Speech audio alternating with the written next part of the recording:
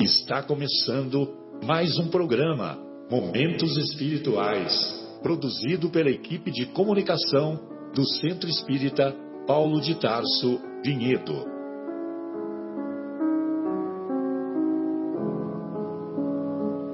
Se guardas contigo o estigma do sofrimento, indagando pela solução dos velhos problemas do ser e da dor, se percebes a nuvem que prenuncia a tormenta e o vórtice traiçoeiro das ondas em que navegas, vem conosco, estudemos a rota de nossa multimilenar romagem no tempo, para sentirmos o calor da flama de nosso próprio espírito, a palpitar, imorredouro na eternidade, e acendendo o lume da esperança, perceberemos juntos, em exaltação de alegria, que Deus, o Pai de infinita bondade, nos traçou a divina destinação para além das estrelas. Boa noite, amigos ouvintes. Com muito prazer, estamos aqui novamente na Rádio Capela, FM 105,9, a voz de Vinhedo. Nós estamos começando o programa Momentos Espirituais, que é uma realização do Centro Espírita Paulo de Tarso, da sua equipe de divulgação. Bom, hoje nós vamos estudar aqui o capítulo 5 do Evangelho segundo o Espiritismo, que se chama Bem-aventurados os aflitos, que coincidentemente é o capítulo 5 do Evangelho de Mateus também. Então eu gostaria de começar, se o Guilherme deixar, gostaria de começar lendo aqui algumas bem-aventuranças que se enquadram nessa que nós vamos chamar de bem-aventurança principal desse tópico, né? Que é bem-aventurados os aflitos. Quais são as outras bem-aventuranças que se consolidam com essa daqui? Então, em Mateus, capítulo 5, versículo 4, 6 e 10, estão essas bem-aventuranças. Bem-aventurados os que choram, pois serão consolados. Bem-aventurados os famintos e os sequiosos de justiça, pois que serão saciados. Bem-aventurados os que sofrem perseguição pela justiça, pois que é deles o reino dos céus. Nós podemos encontrar também essas bem-aventuranças em Lucas. Em Lucas, no capítulo 6, versículo 20 e 21, está assim: Bem-aventurados vós, que sois pobres, porque vosso é o reino dos céus. Bem-aventurados vós, que agora tendes fome, porque sereis saciados. Bem-aventurados sois vós, que agora chorais, porque rireis. E aí, mais para frente, nos versículos 24 e 25, ele fala assim, Mas ai de vós, ricos, que tendes no mundo a vossa consolação. Ai de vós que estáis saciados, porque tereis fome. Ai de vós que agora rides, porque sereis constrangidos a gemer e a chorar. Essas palavras de Jesus são bastante fortes. E dá a entender, para quem gosta de pegar o texto ao pé da letra, dá a entender que bem-aventurado é aquele que sofre e ai daqueles que não sofrem. Então parece que Jesus está falando assim, felizes daqueles que são infelizes e infelizes daqueles que são felizes. Né? Dá a impressão que ele está falando alguma coisa assim que não faria sentido nenhum.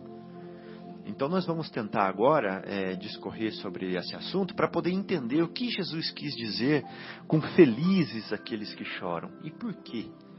Né? Porque eles serão consolados. Por que eles são felizes e serão consolados? Bem-aventurados os famintos, sequiosos de justiça, porque serão saciados. Os que sofrem perseguição pela justiça, porque deles é o reino dos céus. O que será que Jesus quis dizer com isso? Então, para a gente começar, se alguém quiser fazer algum comentário agora, ou se não, nós vamos começar a ler aqui o item 18 do Evangelho segundo o Espiritismo, onde ele vai discorrer um pouquinho sobre o tema. Pode ser? Pode ser sim, Fábio. As bem-aventuranças estão bem narradas pelo Mateus, né? Até que você citou no início, né? Porque até citam que ele descreveu tão bem, né? Essas bem-aventuranças, que provavelmente ele estaria lá ao lado e tomando nota, né? Eu não sei, o Marcelo até comentou isso uma vez no programa, que eles não tinham o costume de ficarem tomando nota, o que Jesus falava, né? E Mateus foi escrever os evangelhos dele em 40, se não me engano, 7 anos depois do desencarne do mestre. Eles tinham só rascunhos, né? Espalhados. Exatamente. Assim, notas. E dizem que, neste caso das bem-aventuranças, ele estaria realmente naquele momento tomando nota. Tão profundo foi o que ele escreveu, o que ele discorreu sobre as bem-aventuranças. Excelente isso que você falou, que Levi, né, que é Mateus, devia estar tomando nota dessa parte por causa da riqueza de detalhes que ele descreveu. Exato. E no final do programa eu vou ler exatamente esse trecho, chama Bem-aventuranças, no livro Boa Nova, aonde você vai entender por que Levi sabia muito bem do que... E ele sabia escrever bem, ele era um publicano, ele cobrava impostos e ele fazia inclusive a contabilidade das coisas lá do grupo. Então ele era muito bem instruído. Bem instruído. Não só do grupo, né? Mas fazia toda essa parte. Como ele era cobrador de imposto, ele tinha que fazer o relatório da contabilidade da região. Sim. Ele, depois dele ter sido convidado, né? Até uma outra curiosidade, né? Ele tinha uma tenda em uma estrada, num caminho, como se ele era um cobrador de impostos, mas cobrava uma espécie de um pedágio por quem passava naquela região. E Jesus, passando por aquele local, ele estava na tenda, ele olhou para Jesus olhou para ele e falou, segue-me. E simplesmente ele levantou e foi. Deixou tudo lá e foi. Jesus deve ter dado aquele olhar 43 para ele, né? Fulminante. Aquele olhar irresistível que dobravam os joelhos até de senadores. Fora do comum, né? Mas é linda. O Evangelho de Mateus realmente é muito lindo. Sim. E dele surgiram outros, né? Sim. Espelhados no dele. Então, olha só, Allan Kardec fala assim, quando Cristo disse, é pra gente comentar, tá? Vou ler um parágrafo, aí a gente comenta. Quando Cristo disse, bem-aventurados os aflitos, o reino dos céus lhes pertence, não se referia de modo geral aos que sofrem. Não é assim, todos os que sofrem de modo geral. Visto que sofrem todos os que se encontram na terra. Você sofre, Marcos? Sofro muito. Você sofre, João? Bastante, cara. Eu também sofro. Mas aí tem uma autora... Só o Guilherme que não. Essa autora aqui, a Taide Gomes Schumacher e o Edson de Oliveira, que escreveram a Vivência, eles falam uma coisa muito interessante. Os aflitos, a aflição é alguém que sofre, mas sofre com resignação. Né? Tá chegando no aquele ponto. que aceita o sofrimento, reconhece o sofrimento. Porque se você for colocar no balaio todos os que sofrem, tem aqueles que sofrem e aceitam, tem aqueles que sofrem se revoltam e blasfemam, né? Exatamente, assim. Chegou praticamente no ponto já. Então vamos seguir. Então é isso que o Allan Kardec vai falar. Ele vai falar assim, ó, pois que sofrem todos os que se encontram na terra, quer ocupem tronos, quer estejam no Palácio do Planalto, quer estejam no Superior Tribunal Palácio Federal, quer estejam... Washington. Exatamente. Sejam os que ocupem trono, ou sejam aqueles que dormem sobre a palha. Todos sofrem. Mas, ele está falando naquele assim, meu Deus, sabe aquele com exclamação? Mas, poucos sofrem bem, que você estava falando. Poucos compreendem que somente as provas bem suportadas podem conduzi-los ao reino de Deus. Então, olha só, aqui já dá pra gente comentar, né? Baseado nisso que você falou, Marcos. Uhum. É o bem e o mal sofrer, né? É o bem e o mal sofrer. Porque não é que é o sofrer que é o importante, Uhum. mas sim o que o sofrer vai causar em você. Exatamente. Agora, se o sofrer não causar nada, então você só sofreu. Só sofreu. E você nem foi bem-aventurado, porque não adiantou nada. É mesmo. É assim. Né, João? É verdade, vai ser. O processo vai ter que se repetir, porque na realidade assim, é para a gente crescer, né? É para as oportunidades de sofrer, de passar uma determinada situação difícil, né? É só assim que a gente cresce, diga-se de passagem, é sofrendo, né? Exatamente. Parece que é uma coisa assim meio de meio sem sentido, né? Por que precisa sofrer? Mas assim, a gente só cresce a hora que a gente tropeça, a hora que a gente faz uma coisa errada. Ainda estava lendo hoje, engraçado, assim, sobre esse assunto de um autor até que não é nem espírita, né? Mas ele falando exatamente assim, como a gente cresce com os erros, né? Sim. Porque ele estava dizendo o seguinte, que assim, se ele estivesse fazendo todas as atividades dele, vamos dizer, profissionais, etc., mas sempre sem ter nenhum, vamos dizer, percalço, né? Sem ter nenhum tropeço, né? E de uma hora para outra ele poderia se, vamos dizer, ter vamos dizer, um problema sério, né? E em função de não estar tendo problemas, não ter tido problemas, ele não se fortaleceu o suficiente para poder olhar alguns outros detalhes. Porque, por exemplo, quando ele vai e faz alguma coisa, se prepara, etc., vai lá e faz alguma coisa, ele erra. Aquilo para ele é um momento de reflexão. Né? É que ele para e vai ver onde é que eu errei, por que aquele negócio deu errado, por que eu prejudiquei outras pessoas, a nível profissional. Por que está acontecendo isso comigo agora? Exatamente. E aí quando ele faz isso, quando tem os erros, né, é muito importante, foi muito interessante assim, aquela reflexão dele. Por coincidência, eu não acredito muito em coincidência, mas estava lendo sobre isso de um texto que não é nem espírita, né, de um profissional da área financeira, né? Ele estava exatamente dizendo isso assim. Se ele não, a gente cresce nessas horas. Que a gente cresce exatamente quando a gente... Que o erro causa um sofrimento, e o sofrimento faz você ruminar aquilo, né? Que você fez. Exatamente. Por que aconteceu assim? Exatamente. Qual foi a consequência? O que eu posso fazer para da próxima vez não acontecer de novo? E isso, assim, ele, vamos dizer, esse é um prisma que eu comentei desse cidadão ali, né? Que ele estava dizendo, assim, sobre essa questão profissional, mas a gente trazendo, igual você comentou aí, né, para o lado, vamos dizer, pessoal, sentimental, espiritual, né, é exatamente o mesmo conceito, o mesmo mecanismo, né, Marco? Né? E é um termo até que você,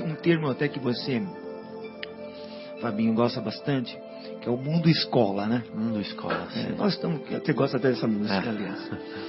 Nós estamos no mundo escola, no mundo de provas e expiações.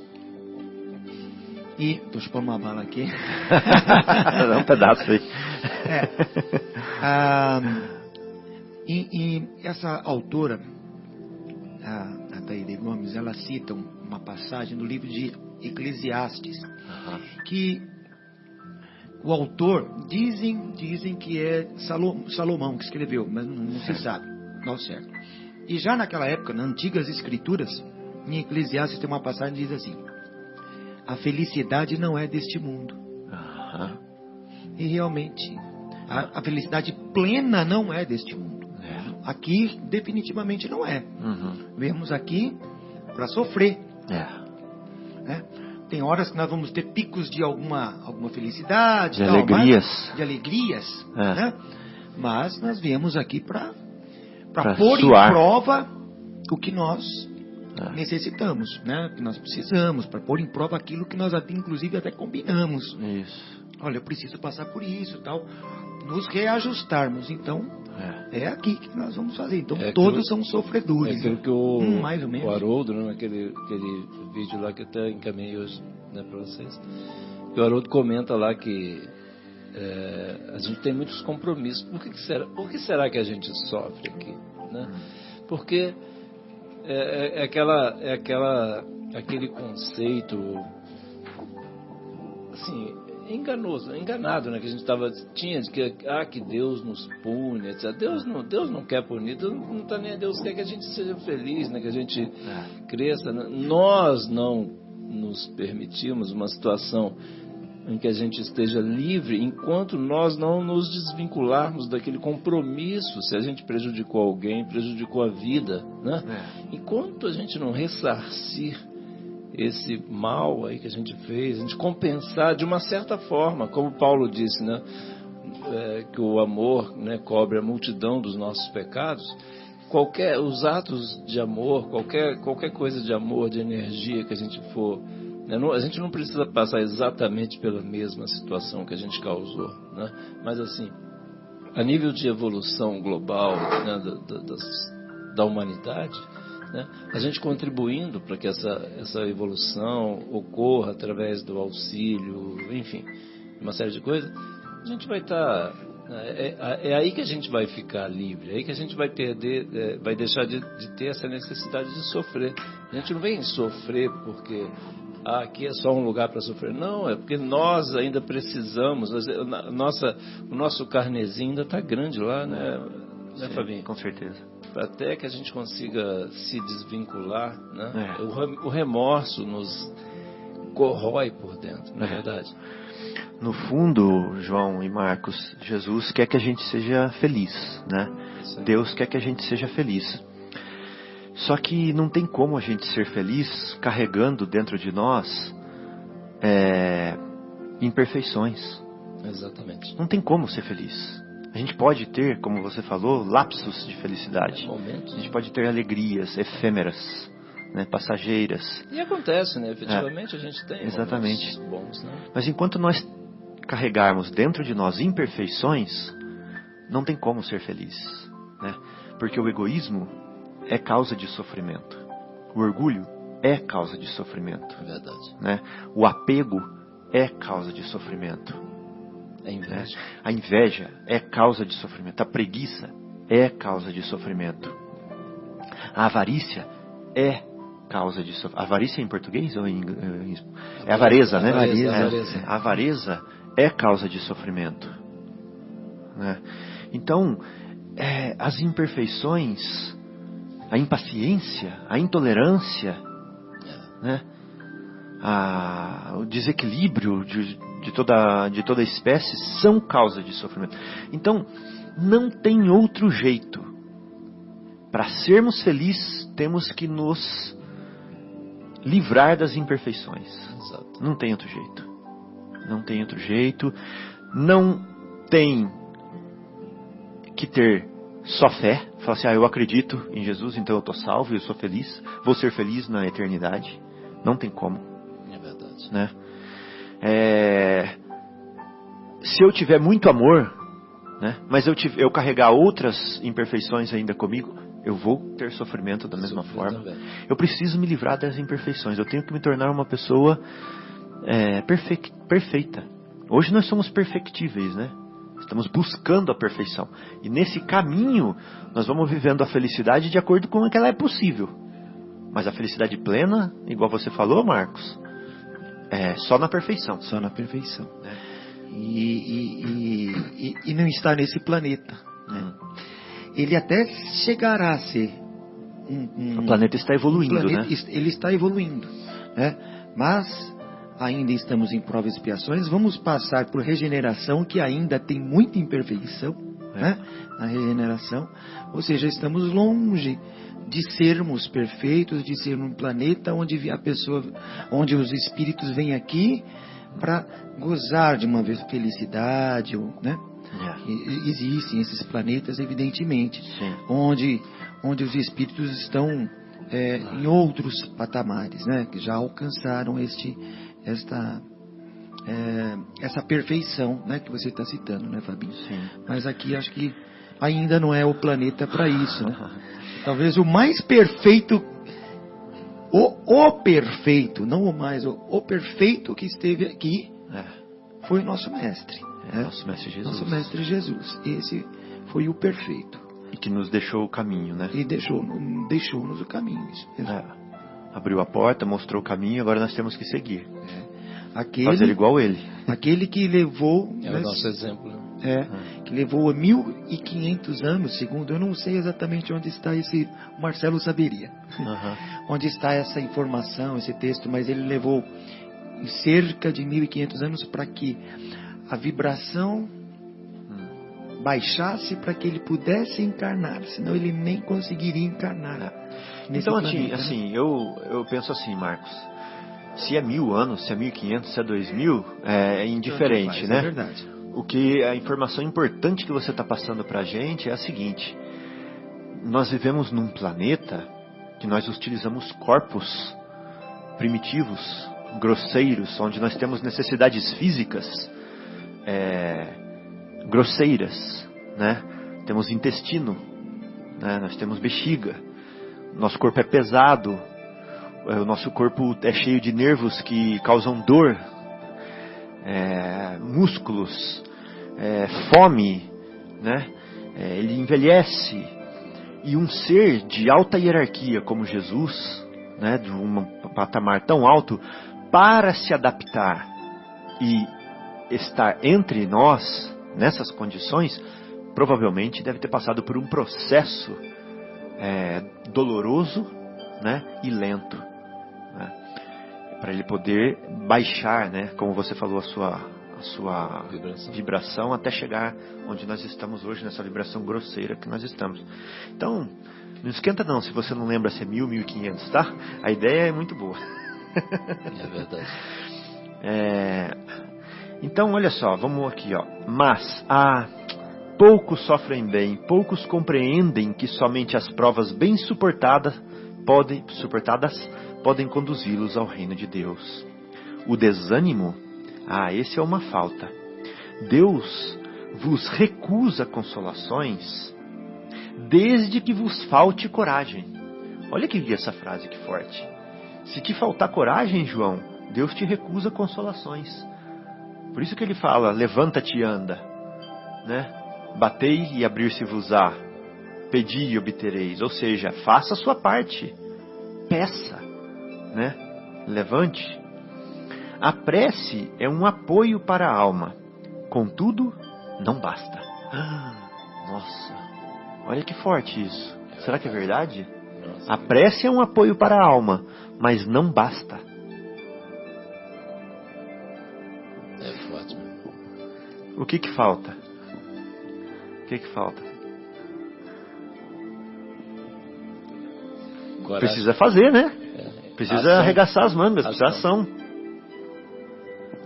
Né? E hoje até, no Anel de Luz, foi o capítulo 159 da Vinhas de Luz. Foi justamente isso. Que o amor sem as obras, a inteligência, o amor e as obras. Foi muito lindo o texto do que Emmanuel coloca, que tem um pouco a ver, né? Até que você falou que a prece, ela auxilia, e Emmanuel dá uma lição, eu não me lembro exatamente do texto, mas foi muito bonito.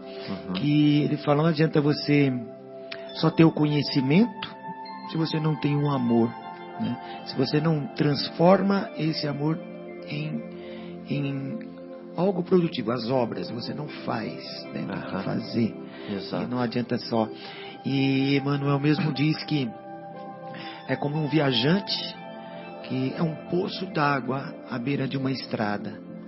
Bom exemplo. Eu ia dar um exemplo parecido com esse. Ele mata a sede, né? Mas não... Imagina se esse viajante para do lado da pessoa que está com sede e fica fazendo prece. Ele fica ali, ó. Exatamente. Vai adiantar o quê?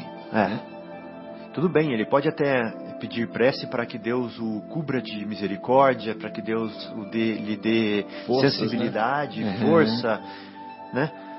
Mas ele tem que pegar a água e dar para aquele sedento. Exatamente. Fazer a parte dele.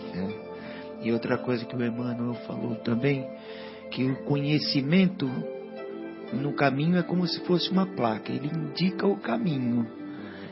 Mas como é que era? Como é que estava? Ele indica o caminho, mas Mas o viajor tem que ir, tem que caminhar, né? tem que seguir em frente. Não está certo que a pessoa irá seguir, Não, seguir ou achar. A imagem é muito boa, quer dizer, é como se fosse uma placa indicativa, mas a gente tem que se esforçar e ir na direção. Exatamente. Isso que o Fábio está falando. Interessante. Muito interessante mesmo. Então, olha só, Jesus já muitas vezes nos disse que não coloca fardos pesados em ombros fracos. Ou seja, a nossa prova, a nossa missão, né, o nosso trabalho é de acordo com as nossas forças e com as nossas necessidades. Não há injustiça, né, por parte de Deus. O fardo é proporcional às forças. E a recompensa vai ser proporcional à nossa resignação e à nossa coragem. Né? Resignação, o que é? Não é conformação. Resignação é o seguinte: eu entendo e continuo proativo, continuo trabalhando. Entendo, aceito. Aceito de coração. Não vou me entregar. Exatamente, mas continuo trabalhando, continuo me esforçando. Isso é resignar-se. A resignação é ativa, a conformação é passiva. Conformo, ok, faz o que quiser comigo. É do jeito que está. Então não vou fazer nada, deixa acontecer. Assim. Deixa que incha. Né? Lá em Santa Rita fala assim, deixa que incha. Então, agora, a resignação não é assim. A resignação é assim, olha, não deixa que incha não. Vamos passar um remedinho aqui. Doeu, tá doendo, eu aguento a dor, mas vamos passar um aerosol aqui. Né? Vamos, porque tem que continuar trabalhando. Como é que chama aquele spray lá que tira a dor? Um gelol. Então vamos lá. Mais opulenta será a recompensa do que penosa a aflição, nesse caso, da pessoa que é resignada e tem coragem e que faz, né? Que trabalha, que arregaça as mangas. Cumpre, porém, merecê-la, ou seja, você precisa merecer, né, essa recompensa. Você não vai ter recompensa se você estiver sofrendo e conjurando Deus. Tá certo essa palavra? Conjurando? E xingando Deus. Desconjurando, exatamente. Desconjurando Deus. Se você estiver sofrendo e revoltado, você não vai merecer a recompensa. É questionando a justiça de Deus. Né? Exatamente. Se você estiver sofrendo e não estiver fazendo a sua parte, também não vai adiantar. Se você estiver sofrendo e não estiver se transformando por dentro, também não vai adiantar. Não tem recompensa. E qual que é a recompensa, já que nós estamos falando de recompensa? É 10 virgens lá no plano espiritual? Né? É uma casa linda? É um carro maravilhoso lá no céu? É poder sentar na nuvenzinha do lado de Jesus? É isso que é a recompensa? Uma rede lá nas nuvens, né? Uma rede, né? A recompensa é a gente passar de ano, né? Isso. Sabe quando você faz aquela prova no final do ano? Você vai bem, sabe aquele alívio? Ufa. A sensação de dever cumprido. De dever cumprido. Isso é felicidade. Ano que vem eu estou em outra sala, estou em outra série, e é assim, né? E a decepção quando você terá que repetir aquele ano. Exatamente. E meus amigos estão indo para outra sala e eu vou ficar, né? Mas eu mereci. Essa imagem do Marcos é muito significativa, né, para a questão da reencarnação, né? É bem isso aí, né? Quer dizer, essa questão essa sensação agora que até me fez reviver algumas das situações de provas difíceis, aquelas né, aflições nossa após exame. Então, na hora que a gente consegue, tal, se esforça, depois, logicamente, não adianta deixar para estudar na última hora, aquela história. Mas quando a gente consegue fazer e vai, mas e a sensação que não consegue fazer, que era exatamente aquela que eu estava tentando. Acho que essa imagem sua é muito boa. A questão da reencarnação, do sofrimento, é exatamente porque não conseguiu passar na prova. Não é que, por exemplo, não é o diretor da escola, é o professor que não queria passar. Não, a pessoa mesmo. Não estudou, não se esforçou, né? E aí não passou. A culpa é do professor? Não. Absolutamente não. É da escola. E aí, aquela história, a gente ficava culpando Deus, falava que Deus punia. Não, nós não estudamos, nós não nos preparamos, nós não nos renovamos, como você falou, né, Fábio? Nós não alteramos o nosso padrão vibratório na nossa mente, no nosso coração. Como é que a gente vai conseguir, vai se permitir, né? Como é que a gente vai se permitir, vamos dizer, passar de ano? Aquela questão, não tem nem prova. É mais ou menos assim, você acha que você merece passar de ano? Aí a gente, vamos dizer, indo para o lado da verdade, a gente vai dizer, não mereço. Não mereço. Então, vou repetir. É isso Olha mesmo. aqui, A gente sabe que não merece. A gente sabe, E a escola até é um bom exemplo, porque a gente nunca volta de ano, né? Eu repeti, agora eu não estou no segundo, é porque eu repeti, eu vou voltar para o primeiro. Não, você vai continuar no segundo. Até você ter condições de passar para o terceiro. Senão você não vai passar para o terceiro. E assim vai, né? Vamos fazer as provas de novo. Né? Quantas vezes forem necessárias, né? Quantas vezes forem necessárias. Então, qual que é a recompensa? É meio assustador, mas a verdade é essa. Qual que é a recompensa, então, de uma pessoa que está se esforçando para fazer um curso de carpintaria? E quando ela faz o curso, qual que é a recompensa dela? Será que é só o diploma, né? Qual que é a recompensa dela? Fazer o primeiro móvel, né? A recompensa dela é isso, né? É a qualidade que ela ganhou, a capacitação que ela ganhou. Ou seja, a competência que ela desenvolveu. Quer mais recompensa do que isso? Quantas portas vão abrir para ela, né, de trabalho? Na própria casa dela, o que ela pode fazer? Ou seja, ela ganhou liberdade, a pessoa, porque ela pode fazer mais coisas. Fazendo um trocadilho, ela vai inclusive fazer as portas. Exatamente, para abrir. Então, qual que é a recompensa de alguém que está estudando inglês?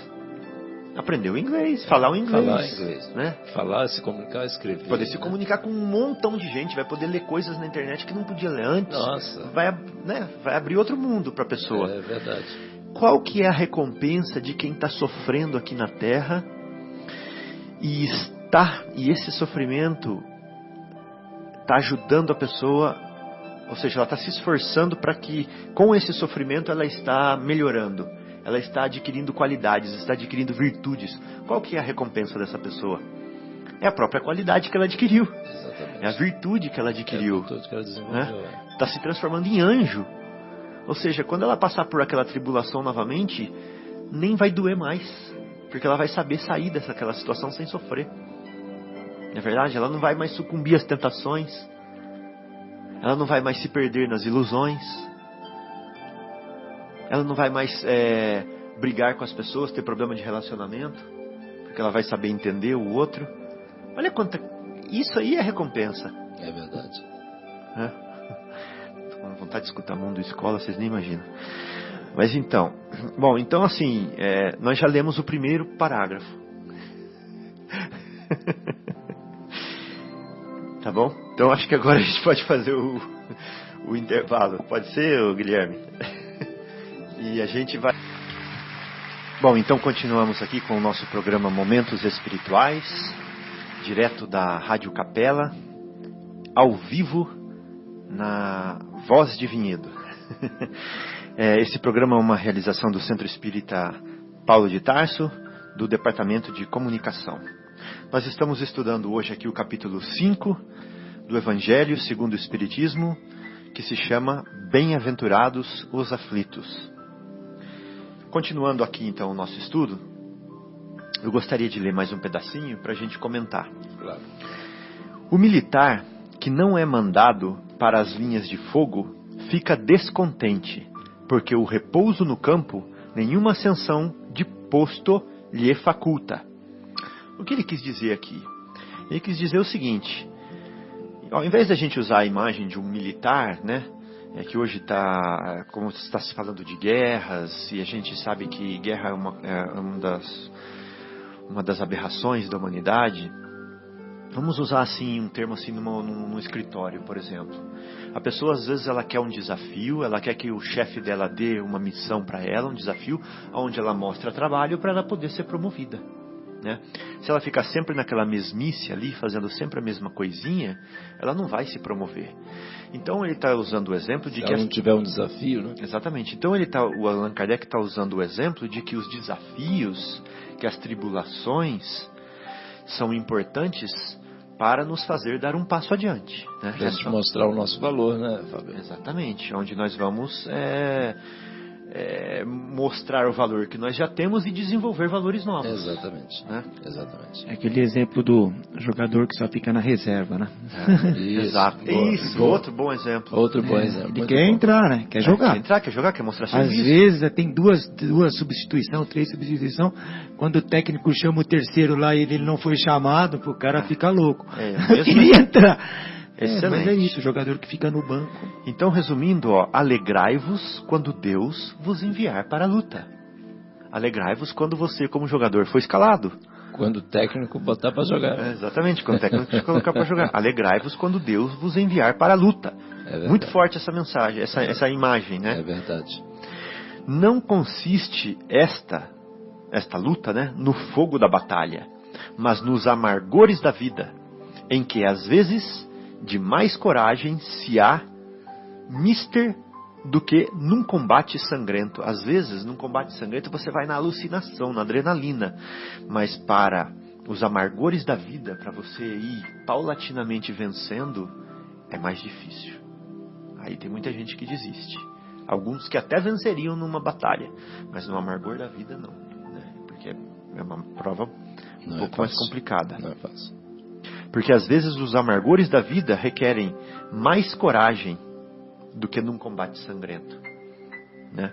Porquanto não é raro que aquele que se mantém firme em presença do inimigo, né, na guerra, por exemplo, fraqueje nas tenazes de uma pena moral. Um remorso, né? Um medo, né? Nenhuma recompensa obtém o homem por esta espécie de coragem, mas Deus lhes reserva palmas de vitória e uma situação gloriosa, não para aquele que vence a batalha, mas para aquele que enfrenta esses combates da vida, né? Da vida. Que muitas dificuldades são internas, né? Não são... Exato. Né? Não são nem de outras pessoas, outras coisas assim. Às vezes a gente passa por cima das nossas barreiras, né? Que nós temos no nosso coração. As tribulações íntimas, né? Quando vos advém uma causa de sofrimento ou de contrariedade, sobreponde-vos a ela. E quando houverdes conseguido dominar os ímpetos da impaciência, esse é difícil, hein? Da cólera. Pensou dominar o ímpeto da impaciência? Porque se você tiver tempo de contar até 10, até é fácil, mas na hora do ímpeto é difícil.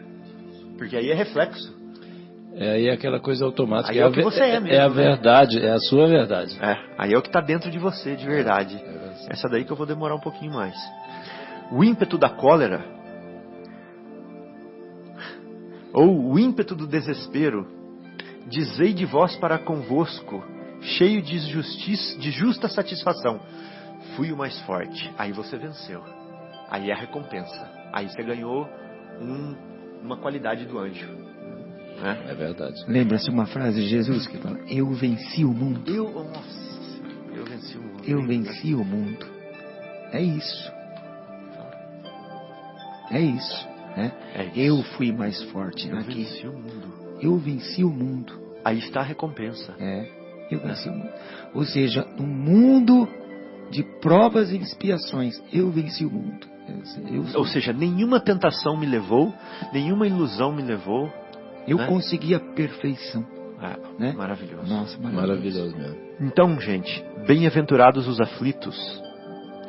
Isso pode traduzir-se assim, bem-aventurados os que têm ocasião de provar a sua fé e de desenvolver a sua fé, de provar a sua firmeza e de desenvolver a sua firmeza, que tem a sua perseverança e a sua submissão à vontade de Deus, porque terão centuplicadas as alegrias que lhe falta na terra, porque terá adquirido qualidades que não tinha antes, né? É exatamente aquilo que você comentou, né? E porque depois do labor virá o repouso, ou seja, você vai usufruir daquelas qualidades que você adquiriu. Lindo, né? Muito lindo. Se chama Lacordaire, o espírito que falou isso. Isso é um espírito que ditou, né, em Havre, em 1863. França. Onde que é Havre, Guilherme? Havre. É com H. H-A-V-R-E. Então esse Lacordaire é um nome francês, né? Ditou isso em Havre em 1863. Isso. Na França. Tá bom, obrigado. Preciso olhar com essa cara aí.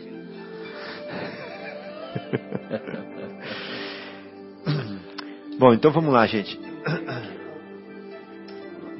É que ele olhou com uma cara assim pra mim. Pô, e você mal não sabe sofrer, que é na né? Bem e mal sofrer. Esse item. Esse item chamava o bem e o mal sofrer. Mal sofrer. Então, agora eu queria entrar naquele item que chama assim, o mal e o remédio. Mas verdade, o João tem uma coisa eu queria, maravilhosa para comentar. Eu queria, na realidade, assim, compartilhar aqui com vocês, assim, dentro do livro Vivendo o Evangelho, né, do Antônio Baduy Filho, psicografia do André Luiz, tem a lição número 60, que chama-se Vitória Maior.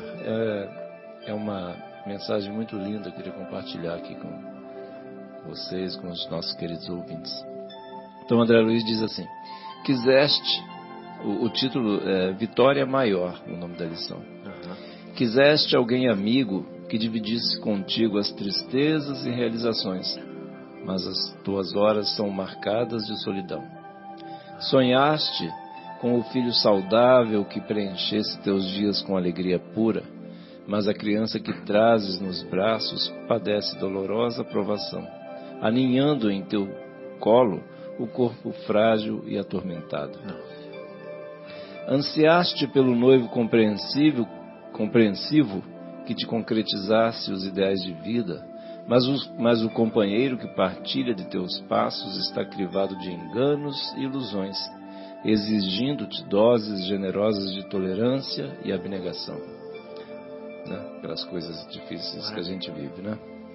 Desejaste a família solidária e equilibrada que te sustentasse o coração nos momentos difíceis, mas teus parentes entregam-se a desatinos, compelindo-te ao sacrifício e devotamento.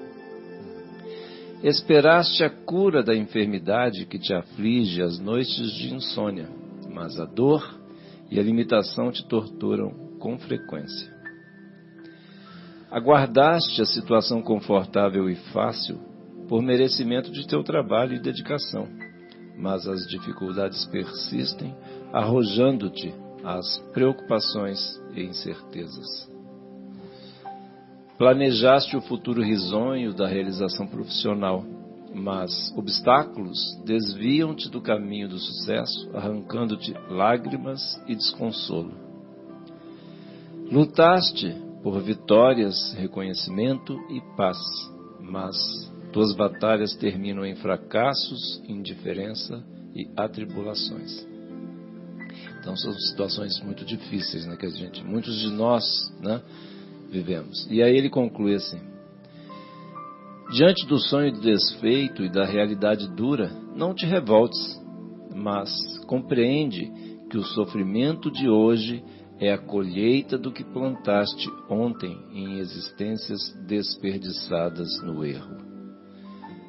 Persevera no trabalho digno e entrega-te à inspiração de Jesus, na certeza de que a aflição que te pesa nos ombros é, na verdade, a cruz redentora que há de te conduzir à vitória maior na vida eterna, onde encontrarás a verdadeira felicidade. Que coisa, né, para lavar a alma assim, da gente. Porque, assim, subiu muito nível. Não é uma coisa linda? Por isso que eu quis compartilhar, porque eu li isso hoje, assim, lá, né, eu falei, nossa, que coisa linda, me tocou tanto o coração, assim, eu falei, eu precisava compartilhar com você. Cruz redentora. Redentora, exatamente. Esse final dele que é muito importante, né? Persevera no trabalho digno e entrega-te à inspiração de Jesus, na certeza de que a aflição que te pesa nos ombros, né? Isso, todos os exemplos que ele deu de aflição, né? Em todos os campos, né? Então, na certeza de que a aflição que te pesa nos ombros é, na verdade, a cruz redentora que há de te conduzir à vitória maior na vida eterna, onde encontrarás a verdadeira felicidade. Porque esses exemplos aqui são exemplos de felicidade, né? Que são consideradas as felicidades aqui na Terra, mas aqui não é local de felicidade. Então, alguém amigo, um filho saudável, noivo compreensível, família solidária, né? A cura da enfermidade, né, Marcão? A situação confortável e fácil, futuro risonho de realização, vitórias, enfim, são coisas que, né, do declarado de felicidade aqui, mas é muito interessante, né? É muito para a gente renovar os nossos conceitos, não é verdade, Fabinho? Não, eu tô pensando aqui, mexeu comigo esse texto bastante. Não, eu também, a hora que eu li assim, até parei, eu falei, nossa, preciso refletir sobre, nem li o outro na sequência, eu parei. Sabe o que eu lembrei, João? Por causa de tá escrito aí Cruz Redentora, eu lembrei do seguinte, simbolicamente na Bíblia nós convivemos, né, num jardim de delícias, no jardim do Éden, né, durante a nossa inocência, enquanto nós comíamos do fruto da árvore da vida, ou seja, enquanto nós estávamos conectados com Deus. Em um determinado momento nós experimentamos da árvore do conhecimento do bem e do mal, aonde nós quisemos experimentar o erro. E aí vem as consequências, né? Caim matou Abel, e daí para frente virou um mundo de sofrimentos para nós. Nesse momento, quando Deus fala assim, bom, vocês então decidiram deixar o jardim do Éden para viver nas tribulações, sentir dores de parto, com o suor do vosso rosto angariar o pão, né? Então agora eu fecho o jardim do Éden, né, e coloco uma espada fincada no chão, que quem quiser agora retornar, está fechado, não entra mais. Tem que vencer essa espada aqui, né? É uma mensagem que está lá na Bíblia. Só que quando a gente estuda, a gente vai ver que ao longo dos séculos, Jesus foi mostrando para a gente a lição e nos ensinando o caminho de volta para o jardim do Éden, o caminho de volta para o reino de Deus, né?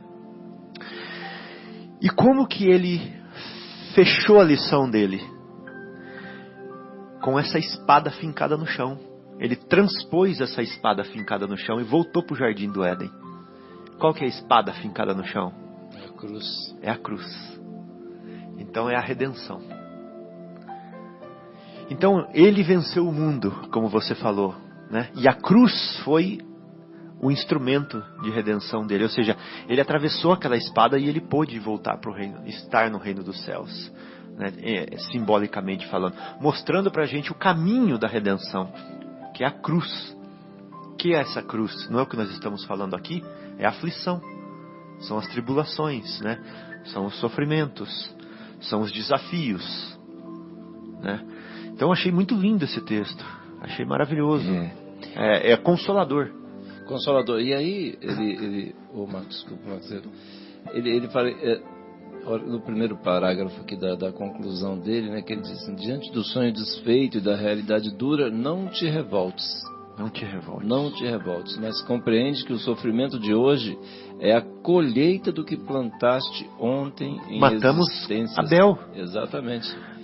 A colheita do que plantaste ontem em existências desperdiçadas no erro. Existências desperdiçadas no erro. Olha que Nossa, coisa que forte, né, cara? E assim, sem a gente ficar com aquela coisa de pegar o chicotinho e ficar batendo nas costas. Não, pelo amor de Deus, não. Mas assim, regaça as mangas. A gente, porque até tinha eu sempre cito a Dona Marta lá em São Paulo, assim, né, que ela falava assim, muitas pessoas querem saber o que fizeram na outra vida, tal, como é que é, quais são. Ela falou assim, gente, isso é tão mesquinho, essa coisa, que assim, pra gente saber, é só a gente olhar, a gente sabe das nossas tendências. A gente sabe das nossas tendências, vontade de pegar e torcer o pescocinho, tendências em vários campos de erro, assim, a gente sabe, ninguém precisa falar pra gente. E até melhor, né, aquela história, né, se Deus nos possibilitou esquecer o que nós fomos, né, Isso é uma misericórdia de Deus pra gente, porque a gente não tem estrutura psicológica para saber o que a gente fez. Eu não dou conta, João, para ser sincero para você, nem do que eu sei que eu sou agora. Exatamente. Eu já perco a estribeira. É. Imagina se eu vivesse, se eu sentisse o que eu fui na outra vida. Se a gente lembra, eu não daria conta. Quando a gente lembra o que a gente fez desde o início dessa encarnação, né? Se a gente lembra das outras. Vezes a gente vai por um caminho, por um labirinto, a gente vai, chega uma hora a gente fala assim, não aguento mais, quero começar tudo de novo. Me tira daqui, me dá uma chance de começar tudo de novo, do zero. Não é isso que a gente faz? Nós estamos começando do zero porque nós chegamos em labirintos das outras vezes, né? É verdade. Nós nos perdemos, chegamos e batemos em parede. É aquela frase lá do Chico, né? Que não dá para fazer um novo, vamos dizer, um novo começo, mas dá para fazer um novo fim, né? A gente pode mudar a história. Pois é. A nossa história, né? E é para isso que a gente está aqui, né? E achei interessante também na conclusão aí do André Luiz, quando ele fala na cruz redentora, né? Que Jesus também, ele carregou essa cruz, ele carregou esse instrumento, né? Suplício, né? De suplício, né? Carregando aquilo que iria ser um instrumento da sua execução, né? Com resignação, com coragem, não lastimou, xingou alguém? Nós não lemos nada disso, né? Foi sofrendo, passando dor, carregando um peso. Teve alguém que ajudou, né? Teve um rapaz, né? Que não esqueci o nome dele, que quando ele caiu, num dos momentos que ele caiu, que já vinha apanhando a madrugada inteira, passou por todas essas etapas. Essa cruz redentora que carrega, né, que carregou até o fim, né? Que também haja resignação, haja coragem, haja força, né? Força moral, né? Força moral. E é por isso, ele venceu o mundo. Ele venceu o mundo, né? Venceu tudo isso. E nós cada um temos a nossa cruzinha, né? Comparado com a dele, é uma cruzinha. Mas nós temos que nos redimir também. A nossa é feita com palito de fósforo. É leve. Então será a Terra um lugar de gozo, um paraíso de delícias? Você já falou que não, né, Marcos? Já. Não mesmo. Nem em Fernando de Noronha. Assim.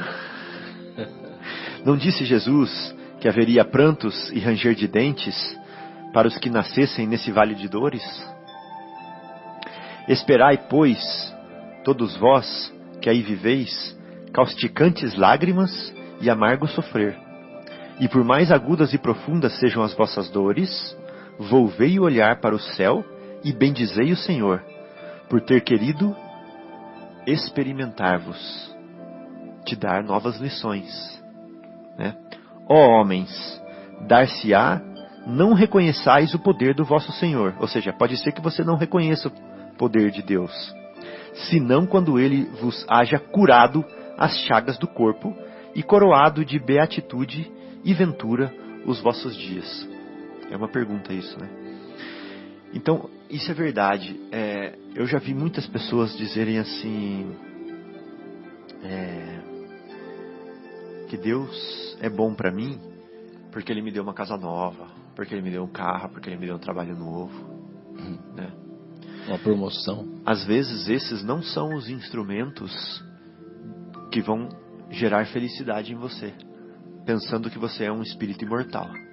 Às vezes esses são instrumentos de alívio, mas não de libertação espiritual, né?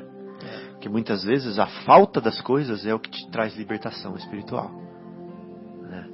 É o que fortalece, né? Então, quando a gente estiver passando necessidades, turbulências, tribulações, sofrimentos, nós temos que pensar assim: o que essa dor quer descristalizar em mim, que eu cristalizei ao longo das minhas vidas passadas, com o meu comportamento, né?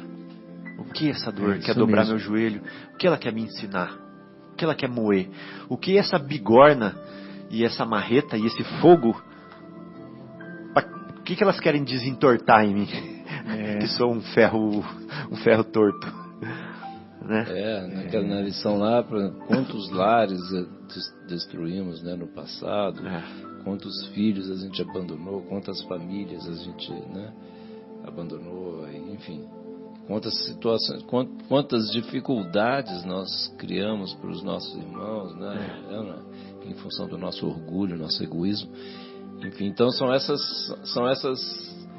vamos dizer, essas culpas que a gente carrega, é disso aí que a gente precisa se livrar. E como é que a gente se livra? A gente compensando isso aí, a vida. Eventualmente, não precisa nem fazer para quem sofreu, porque de repente quem sofreu isso já nos perdoou há muito tempo, mas nós não conseguimos nos libertar disso aí enquanto nós não compensarmos a vida, né? Compensarmos a vida. Ou seja, nascer de nós a solução para o problema que nós criamos. Que nós próprios criamos, exatamente. Exatamente. Nós plantamos. Hoje, João, nós somos solucionadores, não somos mais problemadores. Problemadores é bom. Ou seja, hoje nasce de nós resolver as coisas e não mais criar problemas. Olha que coisa. Olha que lindo isso. Que lindo isso. Então, eu estava conversando essa semana com um amigo meu e, assim, eu acho que o Espiritismo nos traz, né, toda essa consolação. É uma responsabilidade que a gente traz no ombro. Assim, é o seguinte: nós hoje podemos ser considerados assim agentes de mudança, né? Igual você está comentando aí. Eu até comentei com ele isso aí. Ele numa outra área que ele trabalha, tal lá, mas uma pessoa do bem, né? Vamos dizer, dedicada ao bem, etc. Não é vinculado à doutrina espírita, e absolutamente todas as religiões, isso não há absolutamente nenhuma necessidade de estar vinculado à doutrina espírita, de jeito nenhum, né? De jeito nenhum. Mas, assim, uma pessoa do bem, que se dedica, trabalha bastante, né? Ajuda bastante as outras pessoas. Então, assim, cara, você é um agente de mudança, um agente do bem. Isso que você falou, foi legal até você falar isso aí. Que coisa, né? Então, olha só essa pergunta aqui, ó. Até quando vossos olhares se deterão nos horizontes que a morte limita? Pois é muito limitante, né? A gente pensa que tudo se resume à linha que vai do berço ao túmulo, né? Exatamente. Até quando a gente vai olhar só para essa linha? Exato. E isso causa vamos dizer, uma falta, vamos dizer, atrapalha o entendimento, né? Porque fica complexo realmente, né? Em algumas situações. Nós precisamos de muitas vivências, às vezes para consertar uma daquelas qualidades, daquelas virtudes que você comentou, né, Fábio? Muitas reencarnações para consertar uma das virtudes. E temos uma série de virtudes para ser consertadas, adquiridas, desenvolvidas, né? Desenvolvidas, isso é a palavra melhor seria essa. Não é apenas em uma vida, não é numa visão estreita se dizer assim, nesta vida não se acerta tudo, né? Mas é o caminho para se acertar, né? E teremos muitas outras, até mesmo na leitura que você fez do Evangelho, Jesus cita nessas questões as diversas vivências que nós vamos ter, né? Aqueles que sofrem, em outras serão consolados. Sofrem, evidente, com resignação, né? Aqueles hoje que se julgam felizes, né? Em outras não serão, né? Então ele cita isso, muitas vivências que teremos, né? Com certeza. O espírito é como o vento. Você não sabe de onde ele vem, nem para onde ele vai. Mas você sabe que ele existe porque ele toca a sua face, né? Então o que isso significa? Hoje você está me vendo aqui, meu corpício, né?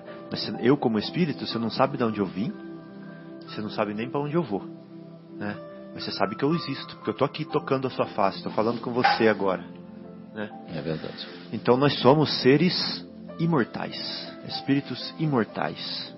Temos que pensar nisso, ampliar a nossa visão.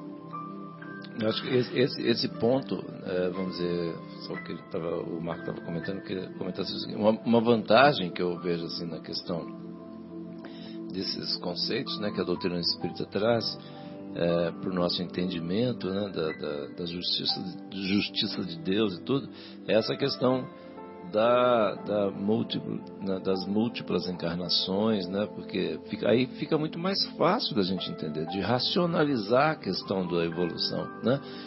Porque senão é difícil. Essa é uma dificuldade que eu fico pensando, lembrando dos meus tempos em que eu era católico. Às vezes a religião que eu respeito demais, como as outras sempre, mas assim, me faltava esse ponto. É difícil, né? Quer dizer, dificulta o entendimento, né? A aceitação dessa questão, o entendimento desse processo de evolução, né, Fabinho? Exato. Né, Marco?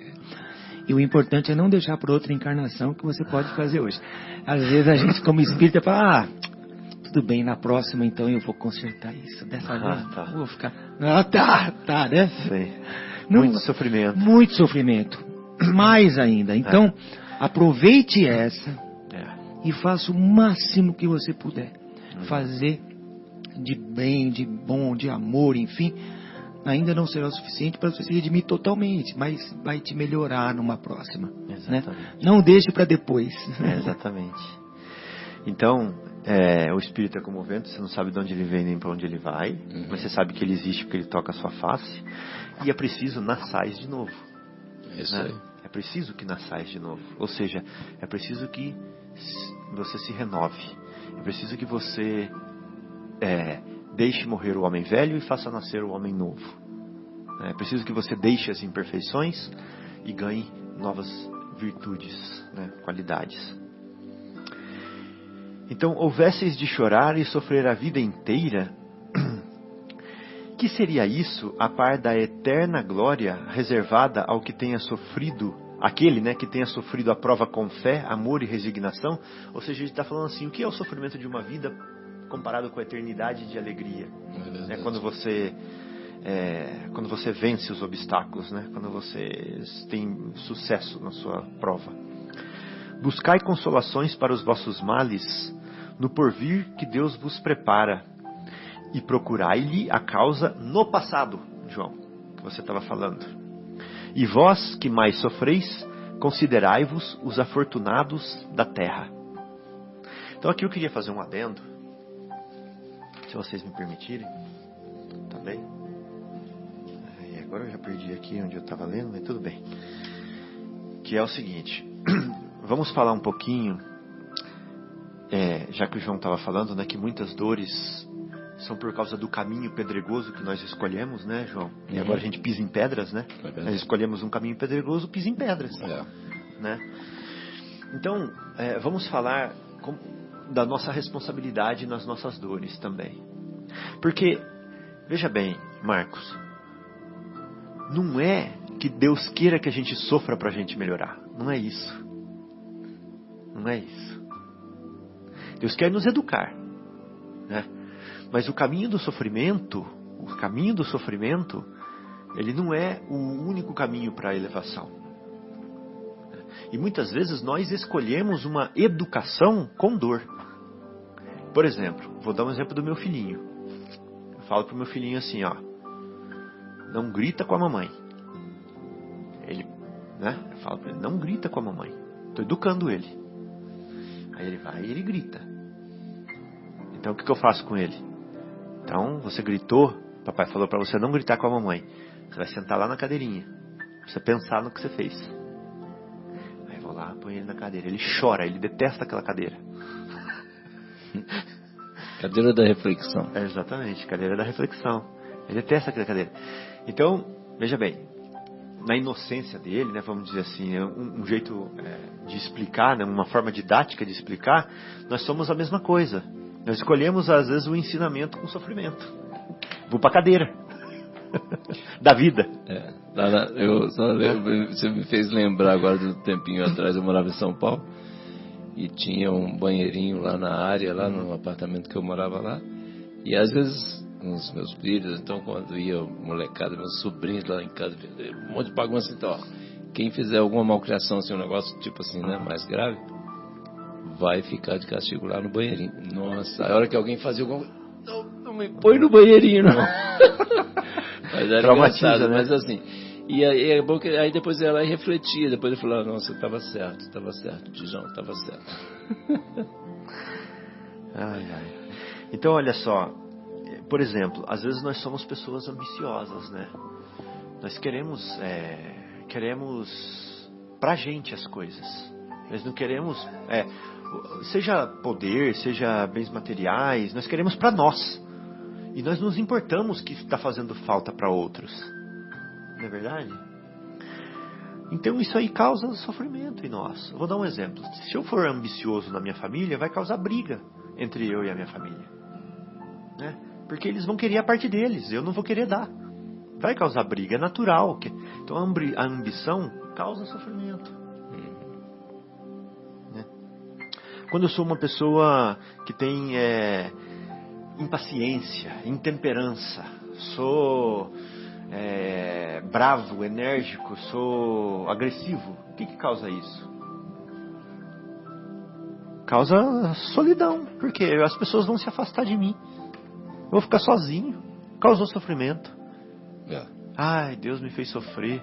Não, sofrimento aí nesse caso é uma ferramenta que vai fazer você dobrar o joelho e vai fazer você parar de ser essa pessoa cheia de intemperança que você é, né? Então é uma ferramenta da vida, da lei. Aquela pessoa que é ansiosa, qual que é o sofrimento dela? Ela já gastou o salário dela antes de receber. Tá sempre no negativo, né? Um exemplo. É verdade. Né? Então a ansiedade é um problema, faz a gente sofrer muito.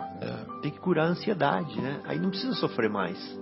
Então aquela pessoa que é ansiosa e está sofrendo por falta de dinheiro que ela gastou mal, bem-aventurada ela se ela aprender com esse sofrimento. Avante, né, Guilherme? Avante, vai para frente, bola para frente, né? Bem-aventurado. Agora, ó, você saiu, você não precisa mais sofrer a lição da ansiedade, a dor para você parar de ser ansioso. Você não precisa sofrer mais, porque você já aprendeu. Não tem mais necessidade. A preguiça sabe o que ela faz? Ela faz a gente chegar atrasado em tudo quanto é compromisso.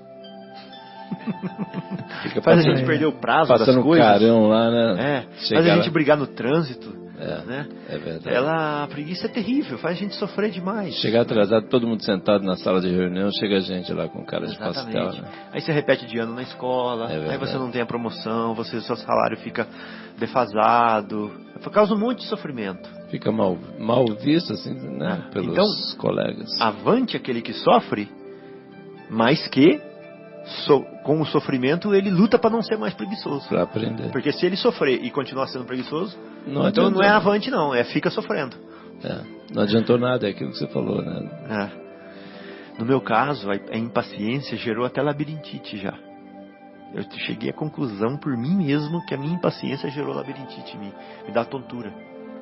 Que os dias que eu ficava super impaciente me dava tontura. É incrível, né? Maledicência pode dar até infecção na garganta. Nervosismo dá úlcera. É verdade. Né? Tristeza dá depressão. Então a gente causa sofrimento.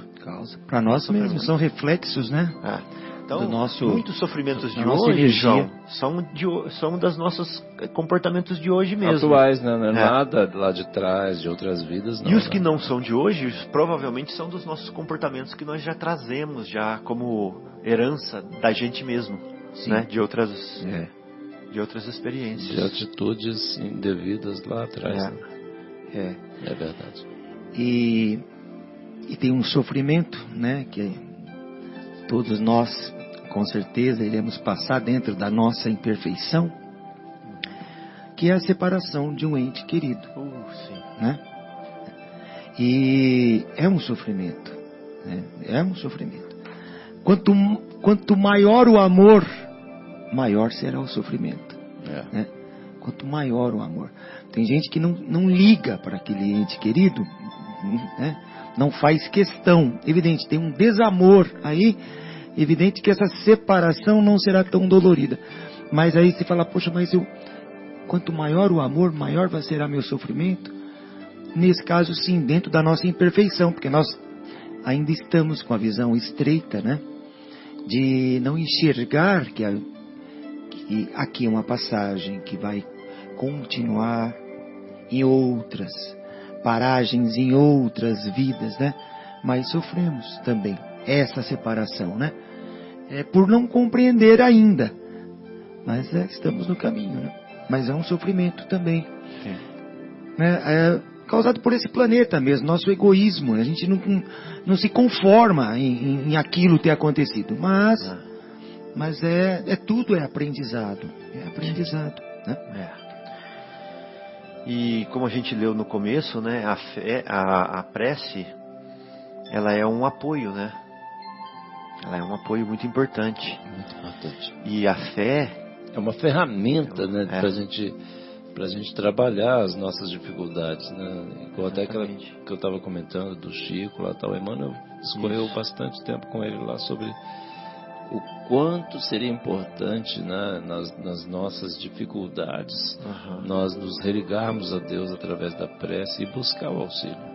É uma ferramenta para o nosso equilíbrio, né, pra gente, porque nós somos frágeis e eventualmente podemos sofrer algum ataque de algum irmão menos esclarecido, encarnado ou desencarnado, né? Então, para nós buscarmos uma ferramenta para o nosso equilíbrio, a prece, sem sombra de dúvida, né? Todos nós, eu acredito que todos nós já tenhamos tido a experiência do resultado de uma boa prece, né? Aquela prece, né, João, que a gente deita no colo de Deus. Nossa, que imagem linda, Fábio. Isso mesmo. E vamos fazer o seguinte, vamos quebrar um paradigma aqui agora. A gente fala Deus Pai, né? Mas vamos chamar Deus de Mãe? Ele não é o gerador da vida? Ele não é a árvore da vida? Não é Ele que gera? Então vamos chamar Deus de Mãe, vamos falar da Mãe Divina para Deus, que é uma imagem linda. Vamos deitar no colo da nossa mãe? Né? Vamos falar assim: mãe, tá difícil, mãe. Passa a mão aqui no meu cabelo, me dá um abraço, coloca a mão aqui no meu ombro, mostra a direção para mim. O que a senhora tem para me falar? Né? É verdade. Quando a gente está ruim, quando a gente está sofrendo, a gente não corre atrás da mãe. Nós temos uma mãe no céu, a mãe divina, que é Deus, né? Então, deita no colo dela, deita no colo. Essa é a prece, né, João, que você estava falando? É verdade. Essa ligação, né, Fábio? E ela vem exatamente trazer aquela recompensa, aquela compensação de energia quando a gente se desequilibra, nossa energia baixa, né? E aí a mãe, né, vem naquele papel maravilhoso de nos recompor. Exato. Nos recompor. E a gente sente aquela força, né? Ela coloca a mão no seu ombro e fala assim: tá vendo lá, meu filho, aquela direção, ó? É pra lá. Vamos que eu tô colocando a mão no seu ombro e tô indo junto. Vai em frente que eu também. Vai que eu te dou o apoio aqui atrás. Aí você vai. Aí você vai com toda a força. É isso que a prece vai fazer. É verdade. Né? Aí você vai e não tem mais dúvida. Enxuga as lágrimas, né? Raspa a garganta, como diz assim, e vai em frente. Minha mãe tá comigo. Minha mãe tá comigo, exatamente. A mãe divina. É verdade. Então, joia. A imagem é muito linda. Então a gente fechou aqui mais um bloco. E agora nós vamos pro intervalo musical. E nós vamos escutar, já que nós falamos da cruz redentora, né? Todo o tempo, cada um tem a sua cruz redentora, que vai nos trazer de volta pro jardim, né? Do Éden. E quem canta essa música é a Aline Barros, chama-se Diante da Cruz. Vamos observar a letra também. Bom, voltamos então com o nosso programa Momentos Espirituais, direto da Rádio Capela, FM 105,9, a Voz de Vinhedo. Nós estamos aqui reunidos estudando o capítulo 5 do Evangelho segundo o Espiritismo, Bem-aventurados os aflitos. Eu gostaria, já que essa leitura ela estimula a nossa discussão, né? Eu gostaria de continuar lendo mais um pedacinho. Isso, faz favor. Por favor. Fala assim, ó: tormentos voluntários, tá? Vive o homem incessantemente em busca da felicidade, que também incessantemente lhe foge. Era isso que você leu, né, do André Luiz? É verdade. Porque felicidade sem mescla, ou seja, sem mancha, sem mácula, não se encontra na terra. Entretanto, malgrado as vicissitudes que formam o cortejo inevitável da vida terrena, ou seja, a nossa vida está cheia de vicissitudes, poderia ele, pelo menos, gozar de relativa felicidade, se não a procurasse nas coisas perecíveis, e sujeitas às mesmas vicissitudes, isto é, nos gozos materiais, ao invés de procurar nos gozos da alma. Então nós às vezes a gente erra o caminho porque procuramos felicidade nos gozos materiais. Nas coisas materiais, né? E os gozos celestes são imperecíveis. Então, em vez de procurar a paz do coração, ele se mostra ávido de tudo o que o agitará e turbará. E, coisa singular, o homem, como que de intento, cria para si tormentos, que até nas suas... Não, cria para si tormento que está nas suas mãos evitar. Né? Então a gente cria tormentos para nós buscando felicidade nas coisas efêmeras. O que é efêmera? Fugaz. passageiro, que passa rápido. Prazeres enervantes. Legal essa frase, né? Essa palavra, essa definição. Haverá maiores sofrimentos dos que os que derivam da inveja e do ciúme? Para o invejoso e o ciumento não há repouso. Estão perpetuamente febricitantes. O que não tem e os outros possuem lhes causa insônias. O que ele não tem e que os outros possuem lhe causa insônias. Dão-lhes vertigem os êxitos dos seus rivais.